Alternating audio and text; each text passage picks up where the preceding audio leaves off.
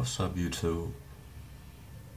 Coming to you from Brooklyn, New York, man. We're actually Manhattan right now. That Keith Thurman and Danny Garcia fight, great fight, great fight by Keith Thurman.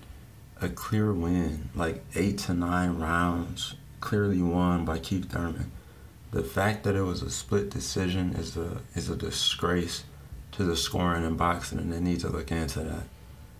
A clear victory by Keith Thurman, man. Like, you can't have these guys putting their heart and soul into this, putting the effort and energy that it takes to do what they do, to have a messed up scorecard.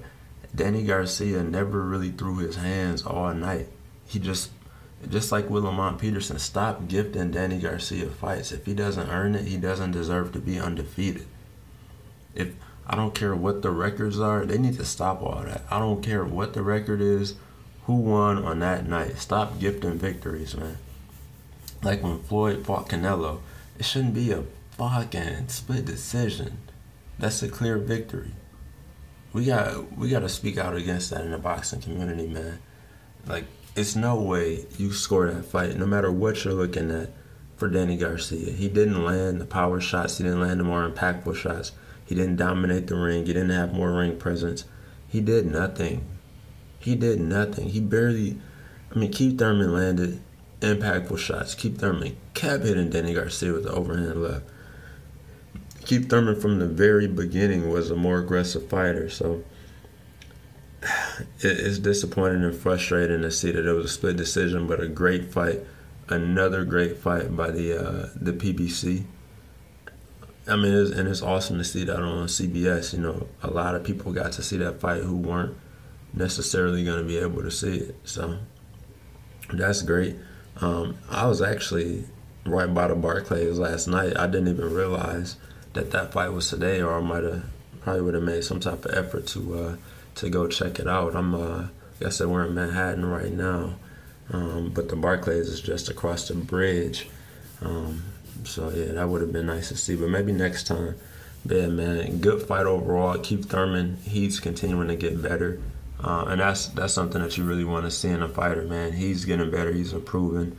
I think he has a good camp, a good corner, a good team behind him, and I'm excited to see what the future holds, man. Keith Thurman, I don't think he's supremely talented, but he's a very good fighter. So he's not somebody that's going to go undefeated like a Floyd Mayweather, but he's definitely deserving to be a champion.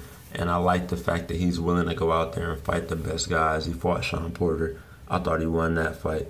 He fought Danny Garcia. He clearly won this fight. I think him and Errol Spence would be a good fight. I think Errol Spence is good, but I just haven't seen Errol Spence in the ring enough. Just get fights, man. It doesn't have to be Errol. I feel like he's chasing big names. Just get fights, to get notches under your belt. Just start building that record up.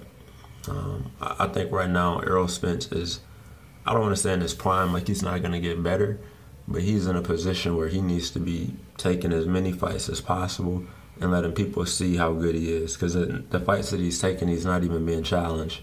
So it's not like you're taking any punishment. Get in there.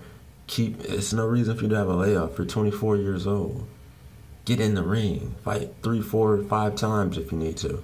Just get out there. And eventually, once you keep doing that, the public will demand that these guys fight you. Right now, you haven't built up your name enough to really demand that fight. You're still a prospect. You got to become a champion. You got to really, maybe he is technically a champion, but you got to really cut your teeth, earn your stripes, and then you almost make those guys come to you. So, but good fight overall, man. Great night here in New York City. That'll be easy.